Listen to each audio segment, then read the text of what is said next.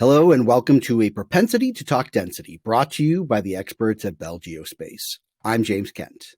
Today we are focusing our attention on airborne survey operations, and I'm excited to welcome Mark Baguley onto the show. Mark is the project director worldwide for Bell Geospace. Mark is a geophysicist hailing from the UK. Mark, it's a pleasure getting the chance to speak with you. How are you doing today? I'm good, thank you, James. We're going to jump into our main topic in just a moment. But first, Mark, tell me a little bit about yourself and your journey to becoming a geophysicist and your path to Bell Geospace. Is this something you always wanted to do?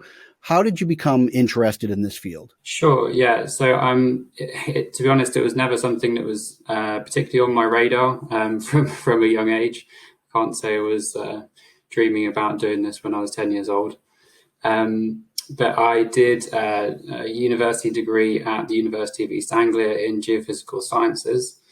And then I kind of fell into a year in industry with a marine survey company called Guardline, and kind of found a niche in doing quality control and reporting on their survey data. And then I moved to Bell in about 2013, and I moved to the field crew initially, so on our aircraft going around the world. And then I moved to the office in 2015 and started doing more of the office-based side of our work. So to get us started, let's walk through the day-to-day operations of Bell Geo Surveys. What does a typical day look like, and what types of surveys are you doing? So the types of surveys they're going to be the geophysical surveys done from an aircraft, and they're looking for they're essentially mapping geology. And we do that for oil and gas customers, mineral customers, so looking at the makeup of the subsurface, or some newer fields, things like geothermal energy. So the kind of the exciting bit of it is all the stuff that happens in the field when we actually go and fly and collect data. And that kind of day-to-day operation involves a couple of pilots who will get up in the morning. They'll look at the weather and see where we should be flying for that day. Say if there's a bit of the survey which looks better than others. They'll talk to our operators who are in the field, and they'll make a decision on where they're going to fly. They'll go out to the airport, and then they will take off, fly to the survey area, and there's a number of things which happen kind of in there, doing setting up all the equipment and making sure everything's ready to collect data in an efficient way, and making sure it's as quiet as possible in terms of electric noise on the plane, things like that. And then they will go fly in a grid pattern usually. So fly up and down in lines, depending on, and those lines are spaced depending on what the project is. They will come back to the airport after they've finished data collection, and then that data gets uploaded to the internet, and then we download it in the office, and we'll do quality control and processing on it. And that's kind of the day-to-day for our acquisition operation. And then obviously in the office, there's lots of other day-to-day things we do in terms of taking projects from the beginning of the life cycle, where you're doing contracts and things like that. And then also at the end of projects when we're delivering data. So lots of things happening concurrently, but the exciting part is in the field when you get to actually fly and collect the data. In terms of flying, what height does the aircraft fly at typically, and what equipment are you using to conduct these surveys? So we are flying anywhere from 80 to about 300 meters above the ground. 80 is our minimum for safety, and that's over land. And in terms of the equipment, we're requiring full tensor gravity gradiometry as our main acquisition. And then we acquire gravity and magnetics alongside that. And you use a large DC-3 aircraft. Why do you use the DC-3? Are there features and functionality of the DC-3 that make it more optimal to perform these types of surveys?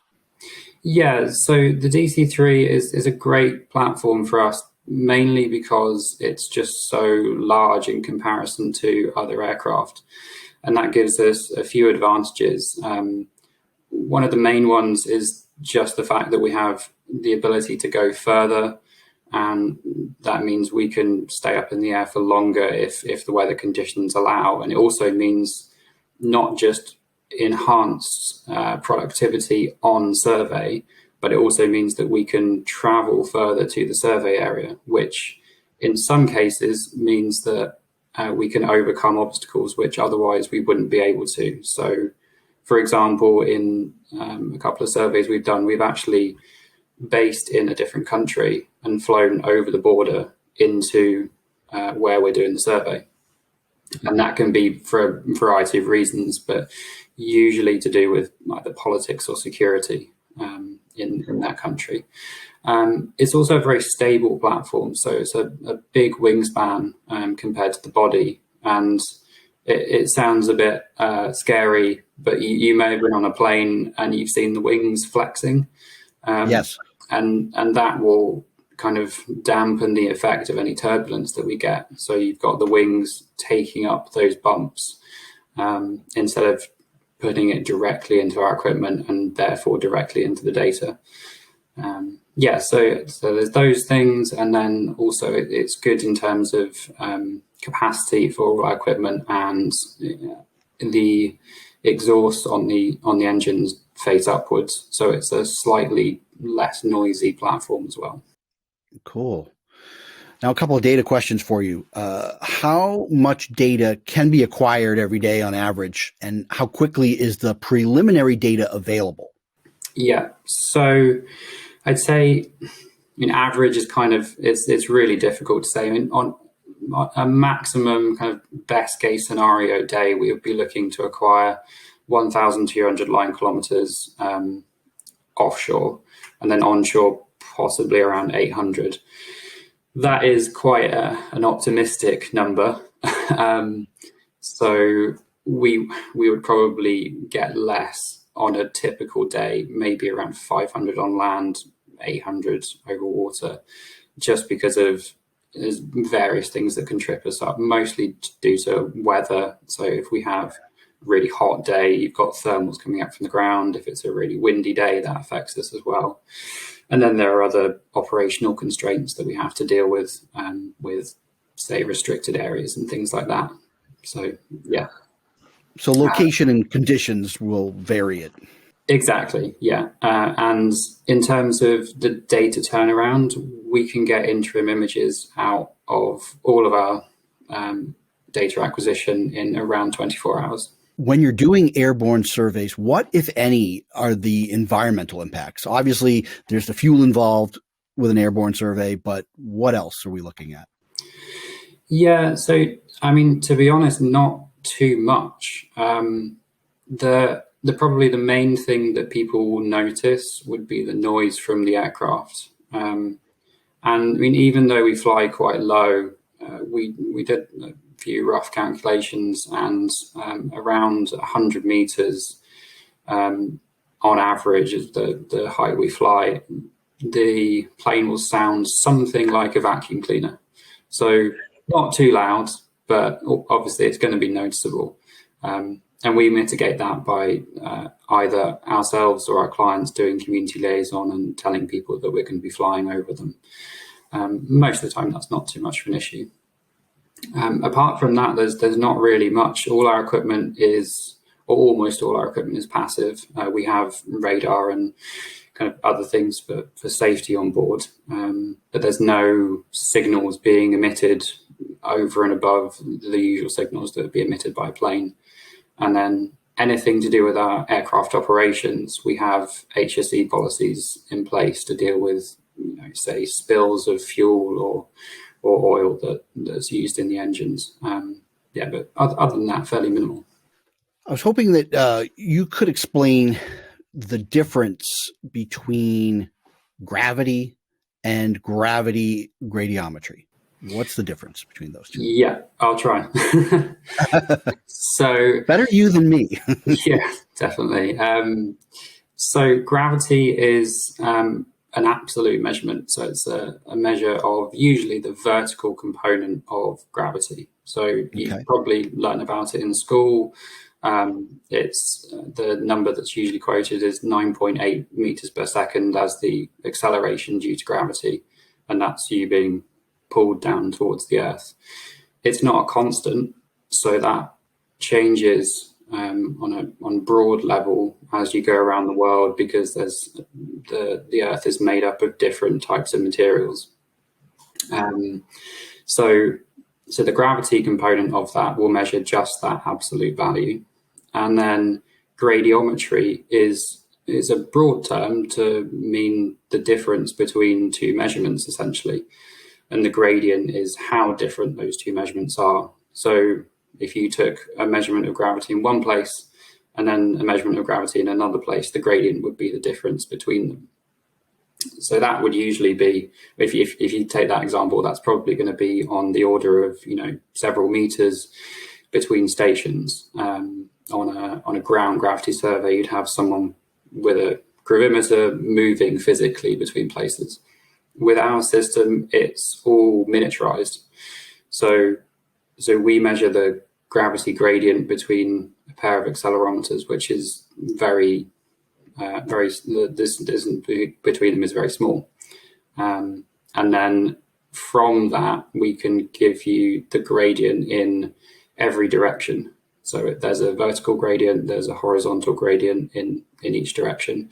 And we can build up a picture of the gravity as a field. And in that way, you can get a lot more information about what is under the surface. Mark, just to dovetail on that, what would you say the advantages are of having the full tensor? Yeah, so if you're measuring all of the components, you're measuring the vertical gradient and both the horizontal components. And there are a couple of other ones as well, which are a little bit more complicated. The information is really useful for geologists because it means that they can delineate the edges of bodies. So in the case of looking at vertical gradients, you can see quite nicely where density changes, but the edges of those changes will always be a little bit fuzzy. So having the horizontal information really helps you kind of pick out targets. And you mentioned earlier when we were talking about the DC-3, the size was important with the equipment on board. Is there anything else on board the aircraft utilized in these airborne surveys people should know about? Well, I suppose the thing that I haven't really talked about much is the magnetic system that we have on board. So obviously we have a gravimeter and we have the full tensor gradiometer, but we also have a magnetic system which we have running all the time alongside those two. And that's really useful in the interpretation phase, because if you've got something which has, say, a high density signal in gravity, then you can rule out that being a number of different things geologically if it's either a high magnetic source or not. So using those two together is very useful, because gravity and magnetics are what we call potential field data, and all of that data is unfortunately non-unique. So we can't tell people what something is without another bit of data to kind of guarantee that that's what we're saying. So the more data, the better. So we like to have those two systems running. It kind of brings up a point when these surveys are conducted and we all have all the data collected. What does that give, say, the client in terms of reliability on what they're looking for? And now they have the survey and they know whether or not the area that they've mapped out has or does not have what they're looking for. It's quite different depending on where you're looking, because we do surveys across a whole spectrum of kind of life cycles of projects. So some of the surveys we do will be completely frontier and there's no data there at all. So a company would ask us to go in and fly something which would be called a regional survey, where we do a large area wide line spacing, and we kind of pick out areas of interest for them to go and do other surveys. Then on the other side of it, you have areas where they already have lots of data. They know exactly what's going on, apart from probably one area which is causing them trouble. It could be different reasons for that. Most of the time we find that what's happened is they have seismic data, but it's not doing what they want it to do. It could be lots of reasons for that. But so we'll come in and then we'll give them an extra layer of data to make their decisions easier. I suppose I would never say that our data would be the one thing that they would use to say, yes, there is, nickel here or oil here or something like that. But it's always used alongside different other types of geophysical data. So to tie this all together, when you're in the survey planning stages, what decisions need to be made beforehand to ensure optimal results when the actual survey is conducted? Sure. So as I was talking about before, we have the kind of frontier surveys where they won't have much information at all. And then you have the other end of things where you've got somewhere that a client's been working on for a long time and they have lots of information. We can work with both of those scenarios, but the more information we have, the better really for survey design. So ideally, we would have a seismic section or a geological section to do some feasibility modeling on. And together with the information that the client gives us on what target depths they're looking at, we will do a modeling study, and then we'll work out what line spacing is required for those surveys. Then once we've got that line spacing, we can design the survey based on the topography in the area, country borders, things like that, any restrictions that we need to work around logistically. And then we'll send that to the client, see what they think. And it might be a case of there's an iterative process where they want something different, and we can work with them and come up with a final design which should satisfy their needs and be operationally suitable. And as part of that planning process, are there any limitations of the aircraft and the system that need to be considered upfront? Yeah, it's mainly to do with the system. We have a maximum climb and descent rate on the aircraft, not for the aircraft. It can do a lot more than that, but mainly for the instruments on board. If we climb too fast or descend too fast, then we'll put too much energy through the systems. It'll be more bumpy, and then all that turbulence gets put through the instruments, and that comes out in the data. So that's something that we have to take into account, and we use a process called draping to take that into consideration, where we put those parameters into a computer program and it gives us a surface to fly on. If there's a hill in the middle of the survey, the plane will gently climb over the hill instead of going up to the hill and then right up and then right down. And I guess the other one would just be the turning circle of the aircraft. On survey, we have to be fairly gentle with how we turn. So as the plane comes off a line and then turns around for the next one, we have to consider that we need a fairly large amount of space to do that. So as I mentioned before, things like country borders or restricted zones will need to be taken into account. So when Bell Geo is under contract for a survey, from an operational standpoint, what functions or responsibilities does Bell handle versus what the client handles? And are these decisions mapped out during the planning process? Are they fluid, or are there kind of a set process in place? It's a difficult question because every project is different. So I'd say in a way it's very fluid, because depending on where you're on the world, there's going to be vastly different approval processes for everything. There's going to be very different ways of doing surveys depending on terrain and all of those things. But then at the same time, even though it's different in each country, we have a fairly rigid structure that we stick to, which is, getting certain different approvals in order and then getting our aircraft in. So we'll usually handle all of the operations in terms of getting the aircraft into the country, flight planning, accommodating our crew, and then those things they'll get blended in with what the client does. So in some situations, in maybe more Western countries, we will do a lot of that, or almost all of it.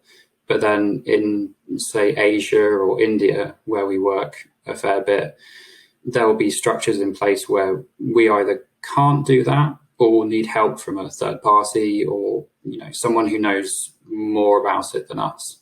So yeah, it's a very fluid process, but there are definitely kind of tick boxes that need to be done before we proceed into the country. Mark, we've just about come to the end of our time together. Certainly the past couple of years with the pandemic, it's proven to be a challenge in all areas. How have you seen operations affected during the past 24 months? What have those 2 years looked like? Yeah, it's been difficult, as you can imagine, with 3 aircraft flying around the world doing surveys in various countries. It's been interesting. So I've only got admiration for our field crew and operations department who work out having to get our plane from one side of the world to the other and flying through various different countries and doing all the PCR tests and, working out all the quarantine restrictions for each different country. And as they're changing kind of on a daily basis. So it's been a challenge. I think we've done relatively well. We haven't really had any kind of avoidable downtime.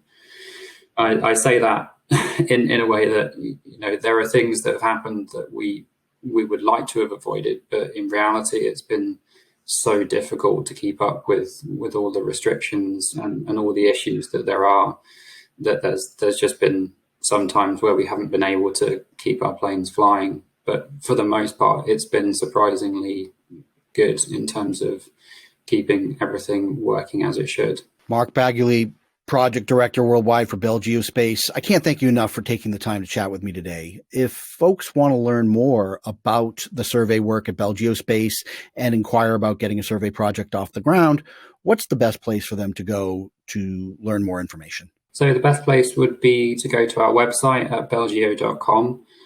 You can go on there, look through all of our information, more details about our equipment and our surveys, and then you can submit a form giving us data to do a feasibility study, as I talked about, or you can just send us an email through there, or you could get in contact with us on LinkedIn, lots of different ways. So yeah. Perfect. Mark, thanks again for your time. Thanks very much, James. And thank you for watching this episode of A Propensity to Talk Density, brought to you by Bell Geospace. And if you're looking to keep up to date on all the latest information from A Propensity to Talk Density, make sure you're subscribing on Apple Podcasts or Spotify. We'll have more amazing episodes coming your way that you won't want to miss. For now, I'm James Kent. Let's talk again soon.